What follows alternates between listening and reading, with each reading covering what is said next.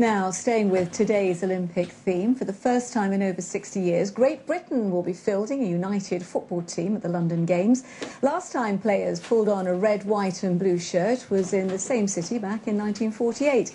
Among that team of amateurs was Harry McIlvenny, who was born in Bradford. Well, now his daughters have been back to his old school to proudly tell students the story of when their father went to the Games. Michael Billington reports.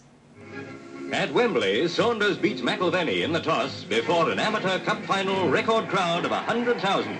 Wembley Stadium, 1951, and Harry McIlvenny plays for the losing Bishop Auckland side in the Amateur Cup final against Pegasus, a team made up of students from Oxford and Cambridge. Pegasus had won the cup. At the time, Bishop Auckland was one of the best teams in the country. Harry was their captain. He'd also captained Bradford Park Avenue earlier in his career. But it's his time with the Great Britain Olympic squad that will go down in history. Obviously, we had a lot of photos, and I've got his caps and all his memorabilia, so we're very proud of him. In 1948, they were the last footballers to represent Great Britain at the Olympics. But 64 years on, Team GB is preparing to make its return to Olympic football. At Harry's old school in Harrogate, his daughter Jane has been relaying the story of the school's Olympic connections. He went to this school from a young age, and I think it's great motivation for the pupils to know that someone from this school got all the way to the level that he did. Really, it shows you that it's not all about winning, it's about taking part and being good. It gives great inspiration for the future.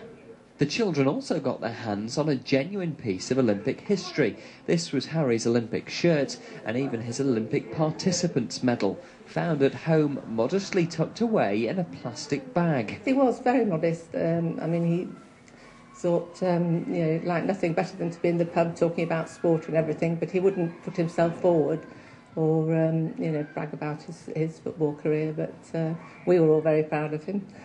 Despite Harry's modesty, 1948 was Great Britain's best ever football performance at the Olympics. They came fourth, losing the bronze medal to Denmark.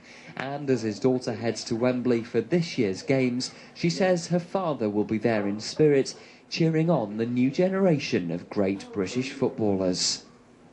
Thank you, Michael. What a lovely story.